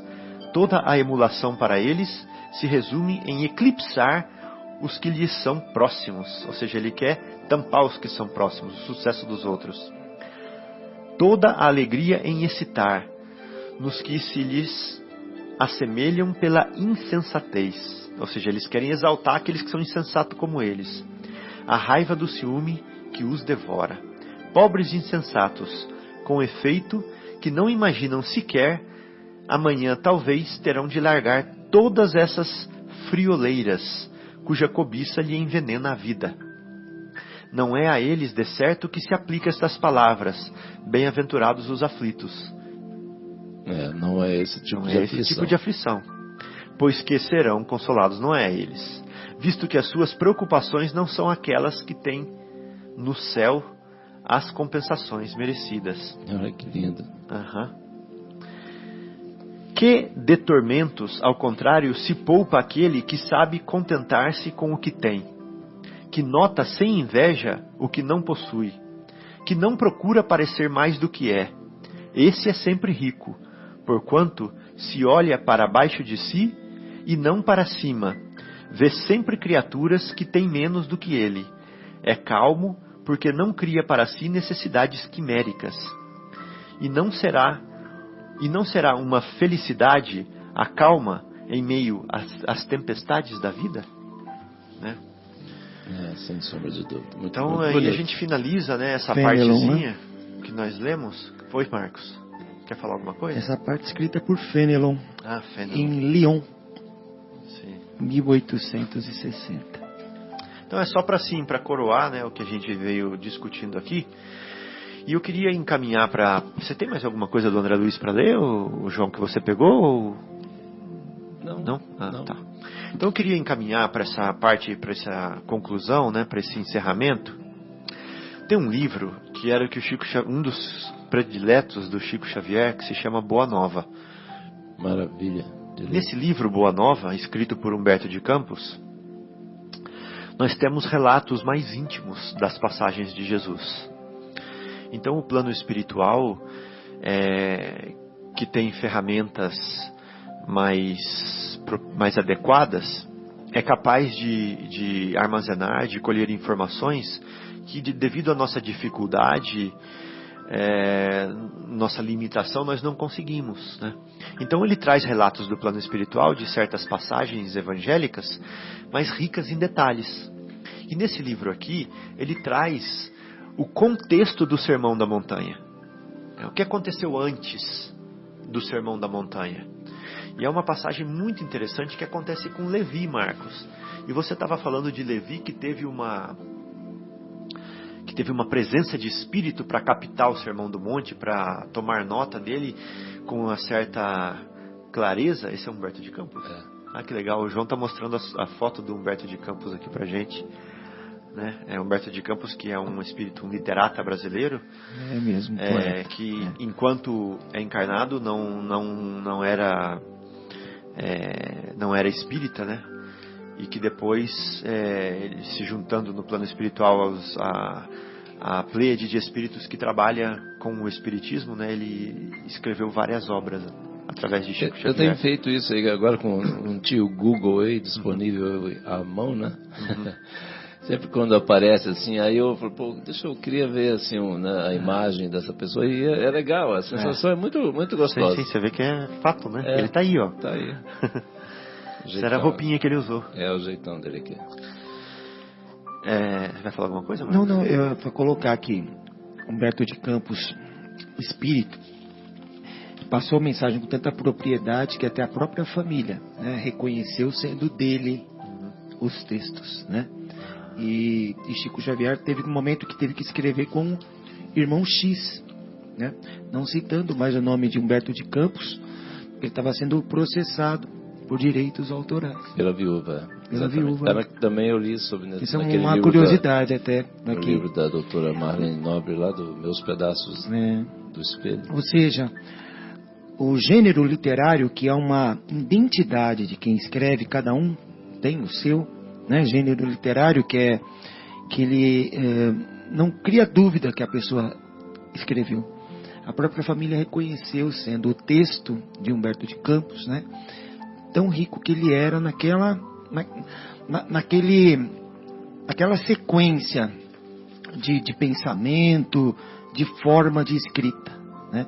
Isso que é mágico, isso que nos põe, eu estou vendo por mim, né?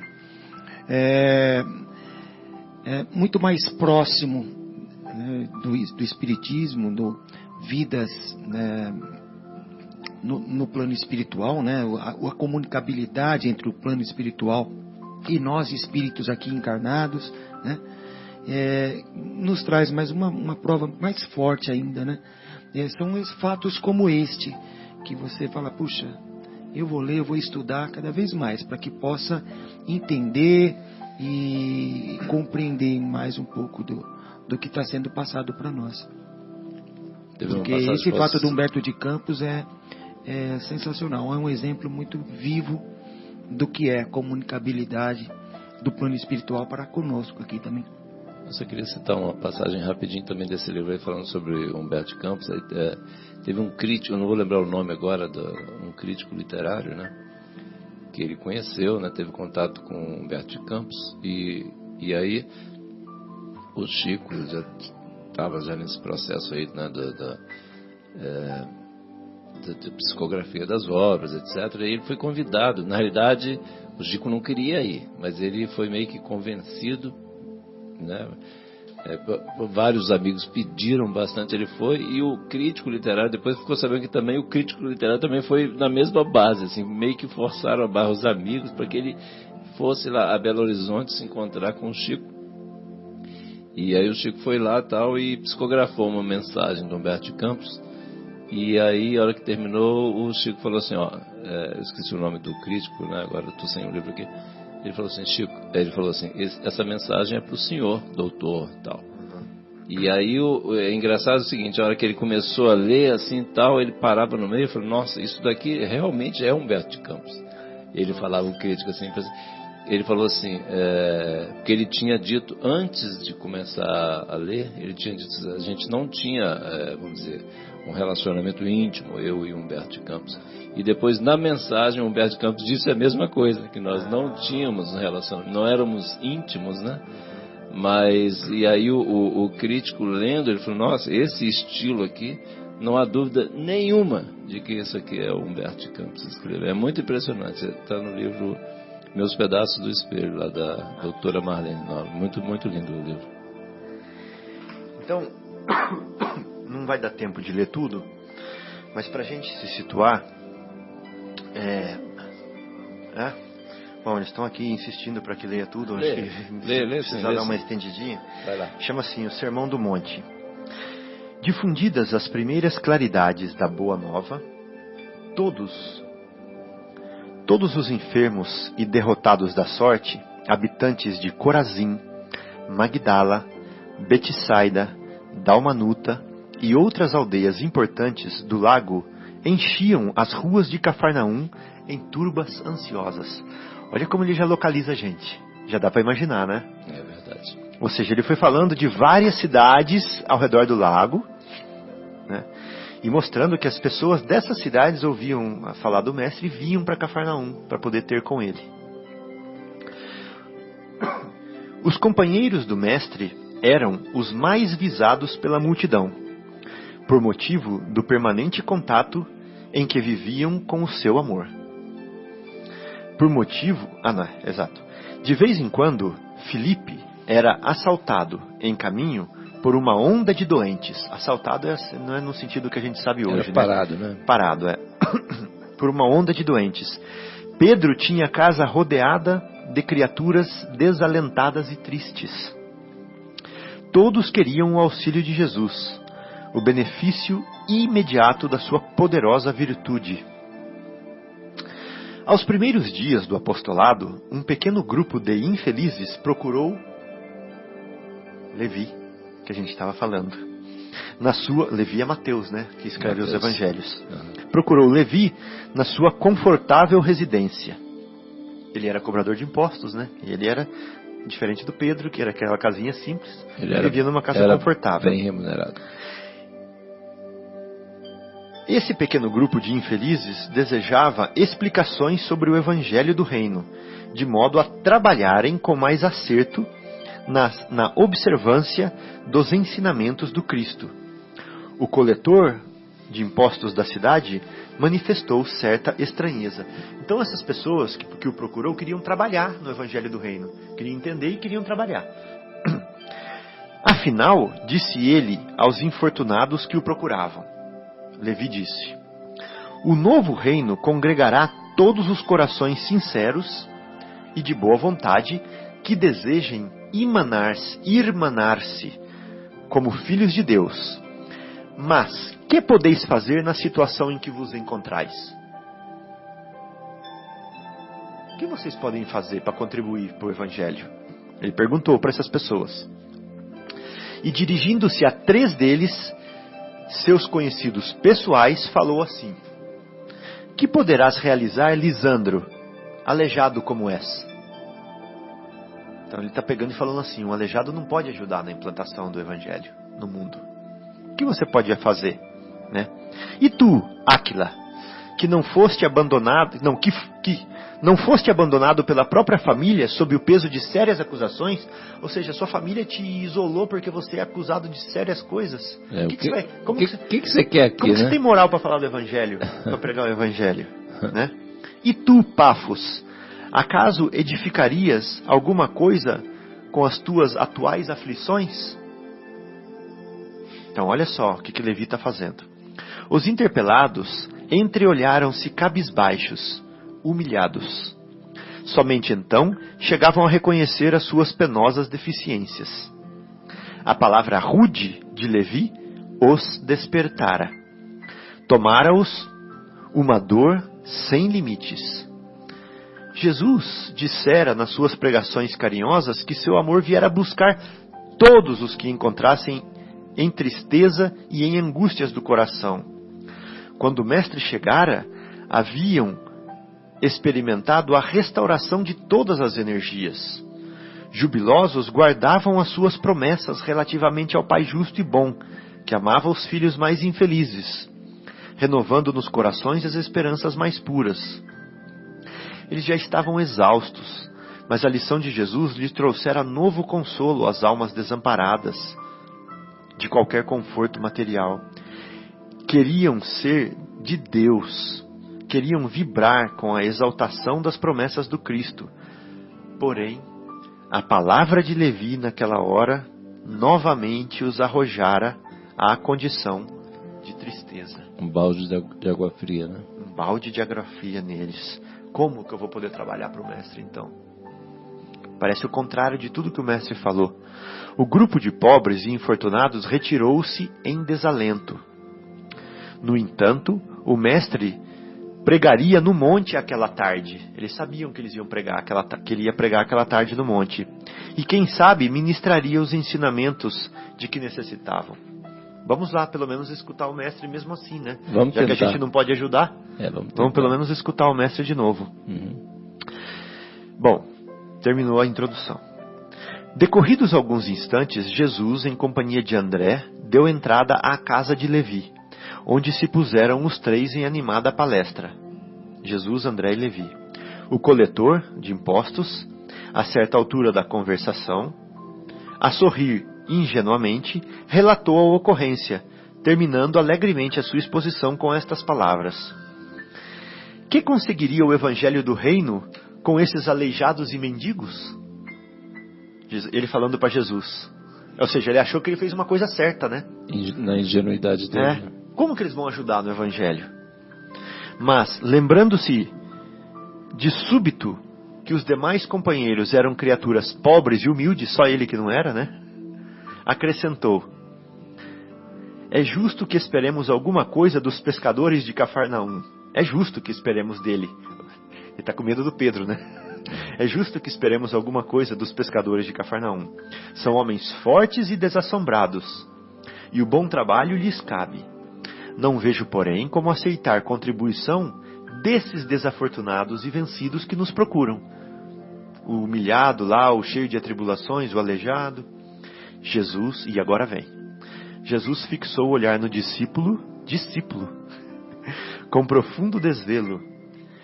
Imagina o olhar de Jesus, com profundo desvelo. Nossa. E falou com bondade, batendo-lhe levemente no ombro.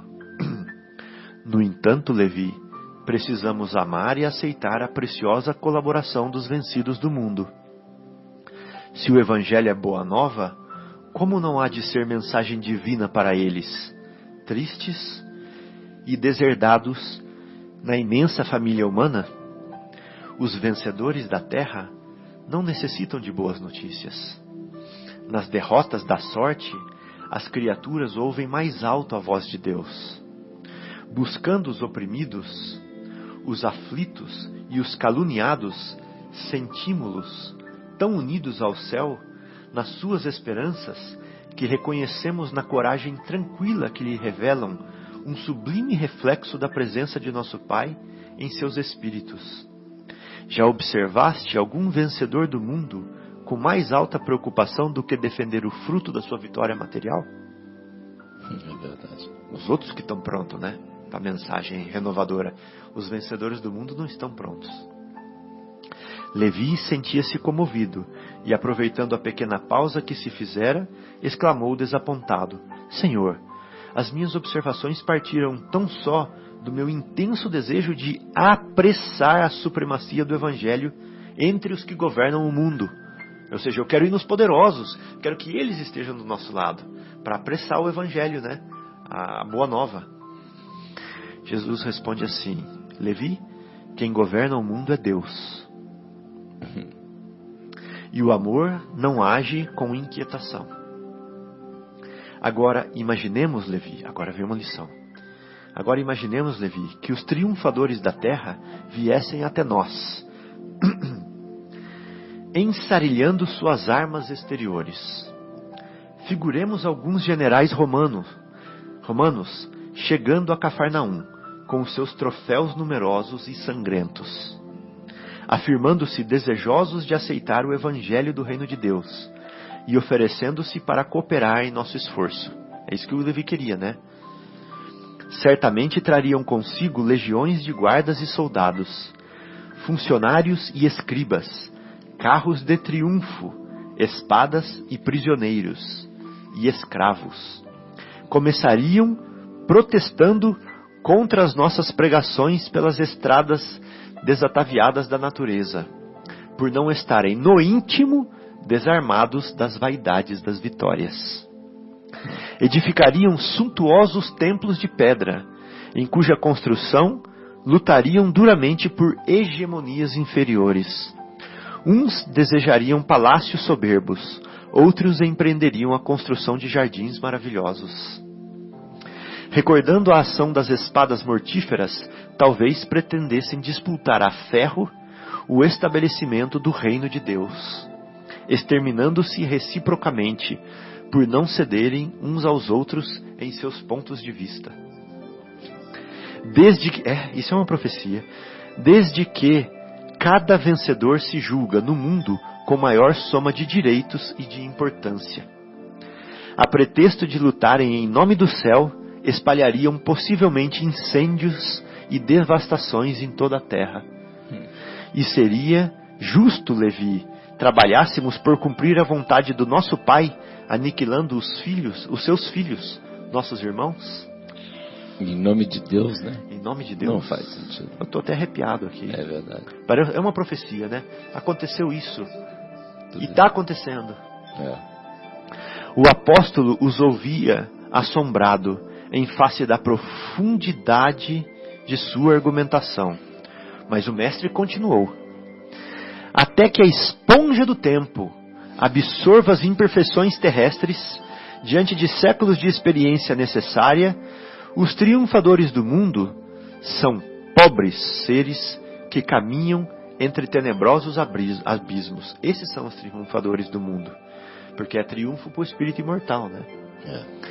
É imprescindível, pois, essa é uma parte muito importante. É imprescindível, pois, atentemos na alma branda e humilde dos vencidos.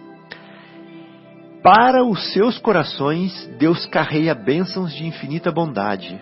Esses quebraram os elos mais fortes que os acorrentavam às ilusões. A dor quebrou os elos que o acorrentavam às ilusões. E esses marcham para o infinito do amor e da sabedoria. O leito de dor, a exclusão de todas as facilidades da vida, a incompreensão dos mais amados, as chagas e as cicatrizes do espírito são luzes que Deus acende na noite sombria das criaturas. Lindo, né? Lindo. É poético, não é? Por isso que tinha que ser Humberto de Campos. Levi, é necessário amemos intensamente os desafortunados do mundo, Levi. Suas almas são a terra fecundada pelo adubo das lágrimas e das esperanças mais ardentes, onde as sementes do Evangelho desabrocharão para a luz da vida. Nossa, que coisa linda. Eu vou ler de novo, tá? Para vocês, amigos, que estão ouvindo o programa agora e se sentem aflitos, se sentem sofredores, eis aqui um consolo.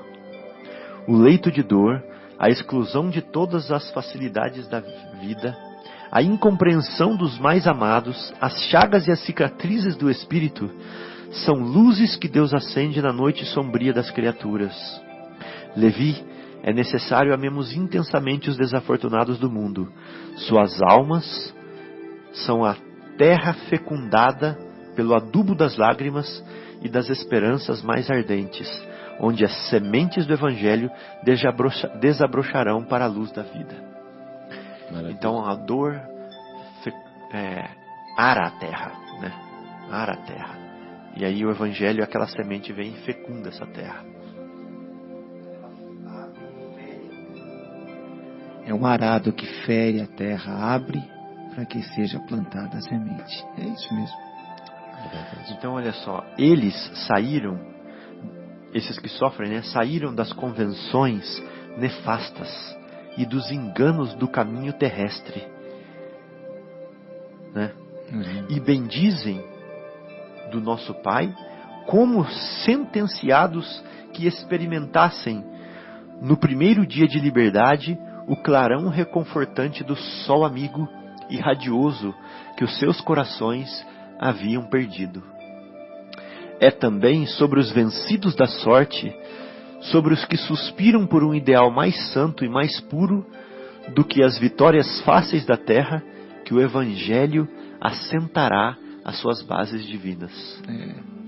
Bem-aventurados os aflitos. Bem-aventurados. Agora dá para entender, né? Esse livro é maravilhoso. É maravilhoso.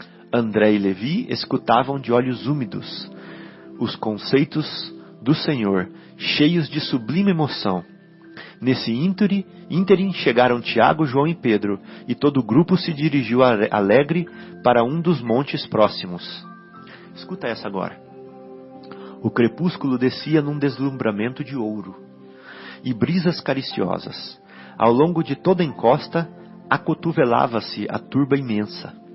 Muitas centenas de criaturas se aglomeravam ali, a fim de ouvirem a palavra do Senhor, dentro da paisagem que se aureolava nos brilhos singulares de todo o horizonte, pincelado de luz. Eram velhinhos que estavam ali, trêmulos. Eram lavradores simples e generosos. Eram mulheres do povo, agarradas aos filhinhos. Entre os mais fortes e sadios viam-se cegos e crianças doentes. Homens maltrapilhos exibindo as verminas que lhes corroíam as mãos e os pés. Todos se comprimiam ofegantes. Ante os seus olhares felizes, a figura do mestre surgiu na eminência enfeitada de verdura, onde perspassavam brandamente os ventos amigos da tarde. Deixando perceber que se dirigia aos vencidos sofredores do mundo, e Levi estava do lado dele, né, Marcos? Então, deixando perceber que se dirigia aos vencidos e sofredores do mundo inteiro, e como que esclarecendo o espírito de Levi, que representava a aristocracia intelectual entre os seus discípulos, na sua qualidade de cobrador de impostos, Jesus, agora eu estou arrepiado, pela primeira vez pregou as bem-aventuranças celestiais. A sua voz caía como bálsamo eterno sobre os corações ditosos. Bem-aventurados os pobres e aflitos. Bem-aventurados os sedentos de justiça e misericórdia. Bem-aventurados os pacíficos e os simples de coração. E por muito tempo falou do reino de Deus, onde o amor edificaria maravilhas perenes e sublimadas. Suas promessas pareciam dirigidas ao incomensurável futuro humano. Legal, né? Quando Jesus terminou a sua alocução, algumas estrelas já brilhavam no firmamento, como radiosas bênçãos divinas. Muitas mães sofredoras e oprimidas, com suave fulgor nos olhos, trouxeram os filhinhos para ele, para que ele os abençoasse. Anciães, de frontes nevadas pelos invernos da vida, lhe beijaram as mãos. Cegos e leprosos rodeavam-no com semblante sorridente e diziam: Bendito seja, ó Filho de Deus. Jesus acolhia-os com amor, enviando a todos o sorriso da sua afeição. Levi sentiu que naquele crepúsculo inesquecível uma emoção diferente lhe dominava a alma. Havia compreendido os que abandonavam as ilusões do mundo para se elevarem a Deus.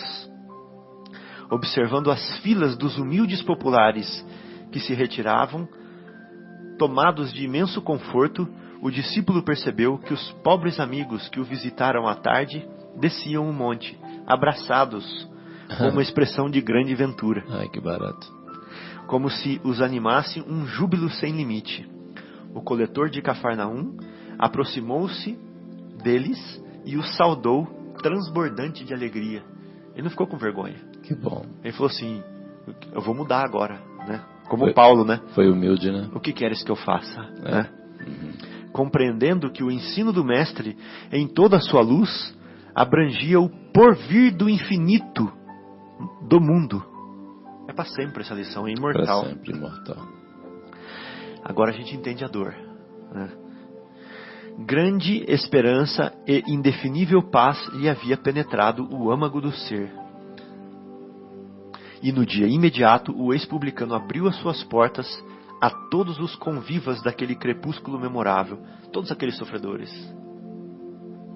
Jesus participou da festa, partiu o pão e alegrou-se com eles. E quando Levi abraçou o aleijado Lisandro, com a sinceridade da sua alma fiel, por isso que ele era um discípulo, né, escolhido, o mestre o contemplou enternecido e disse: Levi, meu coração se rejubila hoje contigo, porque são também bem-aventurados todos aqueles que ouvem e compreendem a palavra de Deus. Nossa, que coisa maravilhosa. Não é à toa, Não é à toa que esse é um dos livros, era um dos livros prediletos do Chico, né? E eu também adoro esse livro. E recomendamos a todos os nossos queridos ouvintes, né? Quem ainda não leu Boa Nova, por favor, não perca essa oportunidade. Boa Nova, Chico Xavier. E agradecer ao nosso querido Chico, né? Que já está na espiritualidade, também o nosso querido Humberto de Campos, por esse presente maravilhoso. É um livro sensacional, essa Boa Nova. Uma maravilha. Evangelho quer dizer Boa Nova, né? Boa Nova. A palavra Evangelho. Exatamente. E esse livro é magnífico. Magnífico. Então, se nós nos sentimos esses aflitos, né? Avante. Bola pra frente, né, Guilherme? Vamos em frente, Bola pra frente.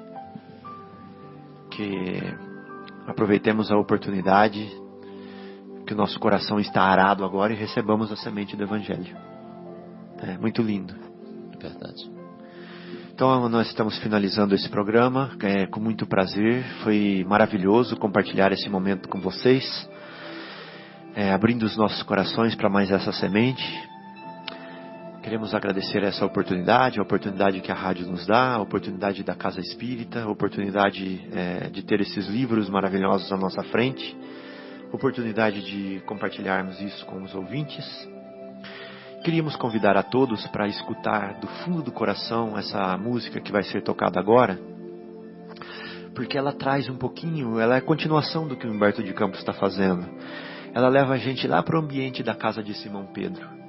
Ela leva o ambiente para quando Jesus, depois do dia de trabalho, do lado daquela fogueira ali, sentava com Simão, refletia sobre as lições, aquela simplicidade, né? Aquele convívio de almas afins ali, e a gente vai ser transportado para essa região, para esse momento. E eu quero dizer a todos, né, fazer como chama isso, testemunho, que eu uso essa música para começar o Evangelho no Lar na minha casa. Até hoje já faz muitos anos que eu uso essa música. De vez em quando eu dou uma variadinha, mas ela é a minha música preferida para começar o Evangelho no Lar, para me levar para o clima do Evangelho. Queria que vocês sentissem um pouquinho dessa música agora. Obrigado, belíssima. Vamos acompanhar. Desejando então uma boa semana, né? O João. Obrigado, João, Fábio, Guilherme, aqui presente. Uma boa semana a todos os nossos queridos familiares, amigos e a todos os ouvintes que estão aqui conosco. Uma boa semana, fiquem com Deus. Até a próxima sexta.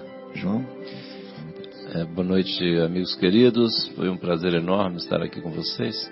E novamente recomendo, igual eu estava comentando com o pessoal aqui, né, esse livro Boa Nova nos faz assim, Humberto de Campos tem esse poder de nos transportar como se a gente estivesse batendo um papo, participando de uma roda de conversa de amigos assim com Jesus. É muito maravilhoso, não percam essa oportunidade. E desejo a todos, né, uma boa noite, que fiquem com Deus, todos os amigos, ouvintes, familiares, fiquem com Deus, uma ótima semana. E nós vamos aproveitar essa música para fazer a nossa prece de encerramento aqui, e queríamos convidar os ouvintes para fazerem uma prece também enquanto escutando a música. Aqui é o Guilherme, boa noite. E a música a gente ainda não falou o nome, é Encontro Marcado, do Cancioneiro Espírita, começando agora. Boa noite.